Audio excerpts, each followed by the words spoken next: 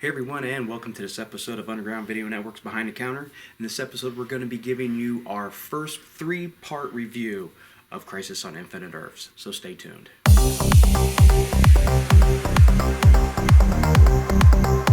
Hey everyone, and welcome to this episode of Behind the Counter. I'm Mike Boroff. I'm Richard Ketterjohn. And as you can see, we're still here, so evidently we were one of the Earths that survived the crisis. I didn't think any Earth survived, did it?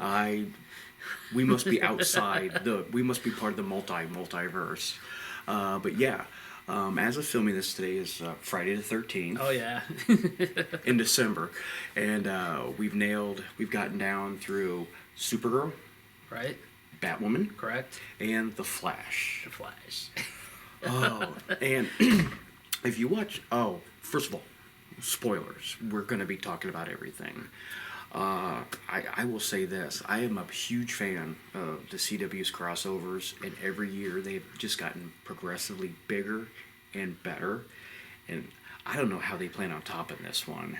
I like how they acknowledge it is another crisis. I like how they acknowledge the crisis, and I really like the in jokes about like the crossover. Right. Like when Sarah mentions like I promised them no more crossovers, and then even what was it like Supergirl said something about like a crossover. Yeah. Or was Lois, somebody said something about a crossover, but this was the crossover to end all crossovers because everything got crossed over. And it ended. And it ended. I mean, right out of the gate, they definitely went for fans, lifelong fans. Oh yeah. Of DC's properties, because like right out of the gate, Robert Wuhl, Alexander Knox from the original Batman with Michael Keaton. I mean, that was a deep pull. Yeah, that was a deep pull. And then, like right after that was Burt Ward. Right. And yeah. Oh my God! Just his costume was hilarious. that was so good. It looked like he was a retired Robin. Yeah. If you looked, it looked like he was walking, like Ace the Bat Hound. Yeah, It's just like, it was like right out of the gate. And then Titans. That one kind of surprised me. Yeah. That one is it gone? Is the Titan universe wiped out? We'll know. Season 3 comes up. So. Yeah. And what was great about even just acknowledging that was the fact that, the CW, I mean, everything's DC properties, but the CW acknowledging the DC universe. Right. Property. Yeah. They're acknowledging a little bit more, I think, because, just announced this week Stargirl. Yeah. Oh, okay. That's a whole nother episode. Yeah, because the Crisis. the cast on that was awesome. But going back to the original movies, the TV shows, I know the one you were like really excited about. Oh yeah. The Huntress from Birds of Prey. And she even had the necklace on there, and I'm not 100% sure because that was the actress that played the Huntress. Correct. But I had to rewind it and listen to it. I was wondering if that was really Dina Myers doing a work. I don't think so. But it would have been a nice touch. Because she didn't mention that on her Instagram account. Yeah. But yeah, I mean, for fans of the original Crisis on Infinite Earths, the original graphic novel, it's a good take. It's a very good take, and they've stayed as true to the original source material. What they can do with the CW. What they can do. But I mean, the Monitor, to look at him, he looks like the Monitor. Finding out that Lila was Harbinger. Yeah. She looked amazing, Didn't have the blonde hair. Yeah, but it's close enough. And Pariah, I said it right this time. I know I screwed up the last time. And I love the way that they incorporated his character, because in the comics, Pariah was his own. He was from one of those other Earths. Individual characters, but being able to tie it in, so we still got to see. And he's the one that released the Anti-Monitor. Mm-hmm. I mean, that was a good touch. And seeing the Anti-Monitor too. Yeah. Was as close as they could possibly. He still looked good, but the idea of them bringing in everybody and as you can see, this was one of my favorite parts right here, was having and it was no surprise, because seeing Brandon Routh in this costume had been going around the internet for the last everybody knew it was coming, but to see it happen and to see that the way that it wasn't just that Brandon Routh was Kingdom Come Superman. He was Superman the movie, Superman Returns. Right. Superman, who donned the follow Kingdom Come, and it was great because there was really nice little touches when they go to that Earth. When they're in the Daily Planet, you see the actual news clippings from Superman the movie. My Night with Superman. Then you meet that Clark. Right. And then all the names on the board. Yeah. That was heartbreaking. And even the top of the building. Yes. Looked almost like from the movies. Very Yes. close. And then when they showed the picture of, it was a newspaper of the gas being released, and that was from Kingdom Come. Yeah. And I liked their way around it. You know, they never said the Joker, but he's like the clown from Gotham. Yeah. But then he acknowledges too, after the fight with Tyler Hoechlin Superman, he's like, oh, that's not the first time I went nuts and had to fight myself, which was direct from Superman 3. And then, what else was there that they tied back into? It was, when he sees the baby, little Jonathan Kent, he says, it reminds me of my son Jason, which is direct from Superman Returns. There's no ands, ifs, or buts about it now. Yeah, so it was the movie Superman. Yeah, it was. One of the things that Richard called it right out the bat, was all the this whole last season of The Flash was, the Flash, Barry Allen must die. Rick, you called that one. I know. I figured that's what was going to happen. Oh. The Earth 90 Flash appears because he was like trapped in the treadmill sequence because the Anti-Monitor was using him to run the wave, yeah. the antimatter wave. So, and then Barry of Earth 1 frees him, and then all of a sudden everything goes crazy. Yeah. So, and then he had to replace, Earth 90 replaced the scenario. So it was a Flash. It was Barry Allen. Mm-hmm. I wish only thing I was kind of surprised we didn't really understand or learn what happened to his iris. Yeah, and that was a nice flashback though, because I'm a huge fan of the original Flash TV show. Right. And that was Amanda Pays, and that was a direct scene from that old TV You're show. right, yeah. So again, I mean, it was I like the way that they cemented things. Yeah. This Flash from Earth 90, that was that Flash. Right. Yeah, it was. Mm-hmm. And they even did. I like the touch of the treadmill, because if you're a fan of the Flash, the cosmic treadmill, Right. that was a nice little touch. That's how you went to different Earths or Yeah. different times or wherever. Before the little vibe, multi-dimensional thing, they had to run on a treadmill to go back and Special effects a little easier just with the push Yeah. button. We got to see recurrence of a lot of the other characters. Oh man, the nice little touch of showing Superman and Lois from Supergirl's Earth on 38. Argo with the baby. Oh yeah, and that whole scenario, yeah. Mm-hmm. The world's about to end. We got to save the baby, and then having Erica Durance come back as Kara's mom, or no, yeah, that was her mom. Yeah. As her mom. Yeah. Was a nice touch. Yeah. And then, like I said, the baby gets sent to the future. Yeah. Which is wild, Yeah. So there was like some of that time travel, because in the original Crisis we did have a little bit of that time travel. So I did like that little bit of a homage to the comics. So. Another big highlight for me was seeing the Smallville. Oh. I was happy with it. There's been some controversy, people talking back and forth. For what it was good, because without bringing him completely into the story, having Tom Welling's character, Clark, depowered, Right. but being there on the farm, that was still one of my favorite moments of the show, was when Lex Luthor, who, again, John Cryer did an amazing job as Lex Luthor. When he shows up and he's all cocky with the book and he whips out the kryptonite, Tom Welling's like... But my favorite part, though, is when John Cryer's Lex Luthor goes to slug him, catches his fist, cold cocks him. He's like, "Yep, still stronger." It's like, oh. But at least I like the. You know, if you're a fan of Smallville and you know everything he went through to become Superman, it seemed kind of a letdown that he would just give it up until you find out really the reason why. It was because he wanted a family. Right. That was great. Okay, I was happy with that.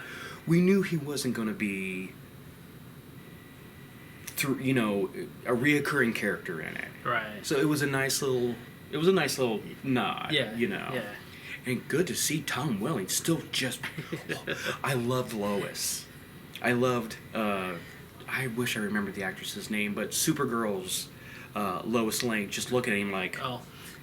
look at you, brownie paper towel man. And, you know, it's like, you know, like what's up with that? You know. I thought it was kind of neat that they did the introduction of the Paragons. Was it? The main heroes throughout the story. Oh yeah, the 7. That was from the original Crisis. Yeah.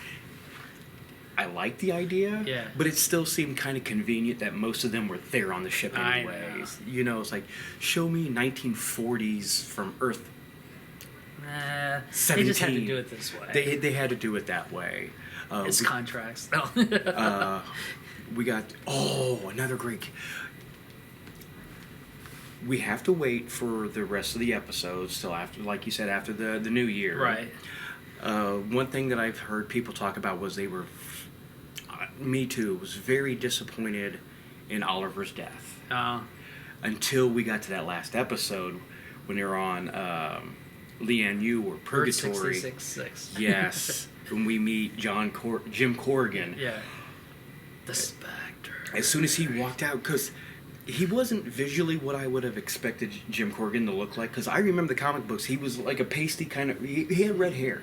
I remember that. Okay, the one version looked just like him. Yeah. Oh, did... Yeah. Okay. He was... Because he had the little white hair and stuff. That's was, true, 'cause yeah. when he was the cop. Oh, because I We're was way thinking, back. I was thinking Kingdom Come. Oh, yeah. The Spectre talking, when yeah, he... When, yeah. There's been different people to have them. Yeah. But when he come out... You know, Oliver was, I mean, granted, he was in purgatory, but still a little trusting. It's like, hi, I'm Jim Corrigan. I used to be a cop. I'm the Spectre. He's like, okay. You know, it's like, here's my soul. He's like, Oliver's a little bit more skeptical, but we need to move We the had story. time. We need to move the story along. So I'm really hoping, because, you know, like in that episode when Oliver dies, you're like, dude, we're barely 20 minutes in, man. We're supposed to have this grand... But he had to save all those people. Yeah, which was still a good heroic death. But see, here's what I really like. Is if, you know, they're leading to that Oliver Queen is going to become the Spectre. He's dead, but not gone. Right. So he's back. He can Yeah. come back. He cross over every Oh, universe. He could be on yeah. any episode of anything. Oh, yeah. Very well written. I mean, that was a lot of story going on. Oh, yeah. A A lot of dialogue, too. A lot of dialogue. And speaking, one of my other favorite scenes that just added the most human touch that you could ever ask for in a show like that was when they're on the Wave Rider and the Monitor's giving this big grand speech. And Baby Jonathan won't stop crying. So the Monitor's like, and I have gathered you all.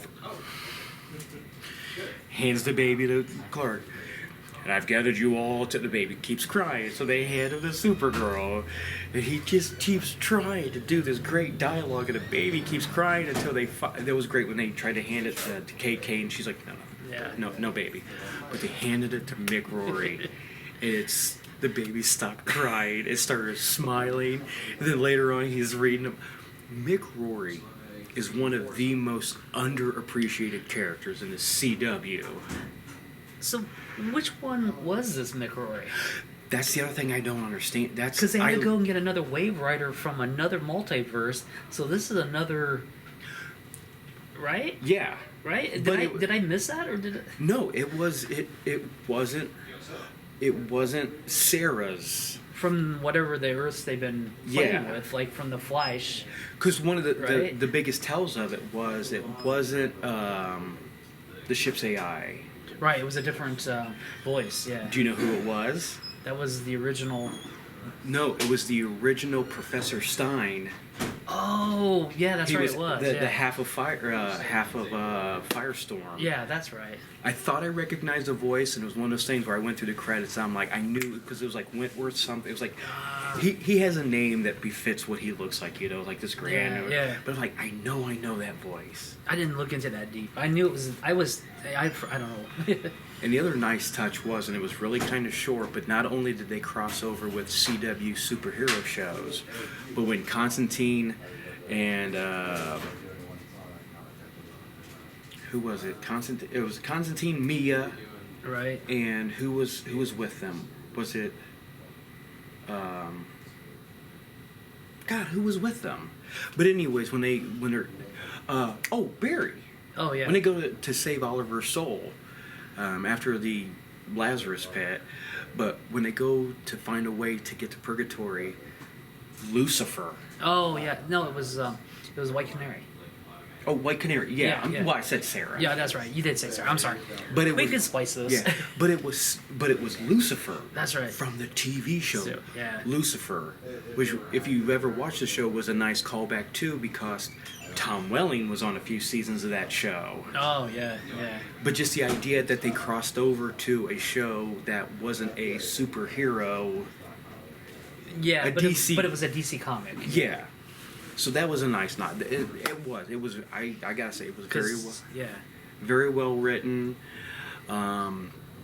We got enough. It was a good amalgamation of the CW shows and the original source material, which, by the way, we have to add. If you haven't noticed, we're filming this at Alter Ego Comic Books in Lima, Ohio.